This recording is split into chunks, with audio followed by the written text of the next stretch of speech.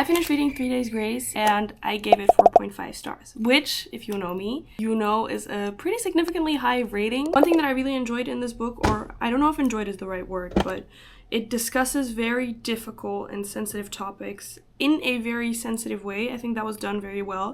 I do have to say that trigger warnings do apply to this book, specifically mention of sexual abuse, depression, and suicide. If that is something that you are currently not ready to handle or to read about, then this book is not for you at the moment. I do think that this book discusses things in a very sensitive and sort of wonderful way, which I really appreciate. This book is written in a way that feels incredibly vulnerable. You feel very close to the characters throughout, immediately pretty much. Then, why is it missing that 0.5 star? What I do think that this book does, especially in the beginning, is that it very much takes the reader by the hand through every, not just emotion, but every action and every single thing that is behind the action. If someone crosses their legs, what does that mean? I think the idea that taking you by the hand isn't bad per se in itself at all. I think regarding the sensitive topic, it makes sense that the author wants to take you by the hand and make you understand exactly what they're trying to say. I also do think it's a relatively short book, so to understand all the characters and their motivations, it needs to become very clear very quickly. So that sort of makes sense to me.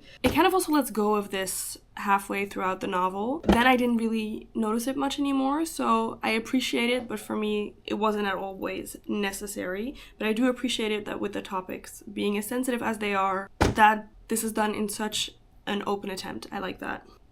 Then, for my literary analysis.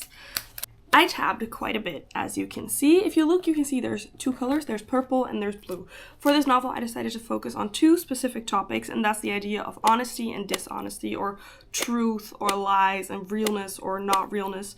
And specifically, I think what this book does is there's this, well, as you can tell, very specific balance between truth and lies, or honesty and dishonesty. I think throughout the entire time, it's very much a debate whether, like, who's being real and who's being honest, who's being dishonest, but who is their honesty within their dishonesty, or where is the realness within the pretending. I think that's one of the main things that I gathered in this book, that at all times someone is trying to portray something, but then sometimes honesty comes through, or there's a specific call out of dishonesty, and I really appreciated that. Looking at the book through these two specific lenses and their contrasts, or their balance, is very intriguing. I think my favorite part of this book is that it, as I said, it touches on very sensitive, very real topics, and it does it so in a very wonderful way. But one thing it manages to do is create this very subtle note of hope, which for a book that's relatively shrouded in darkness, where there's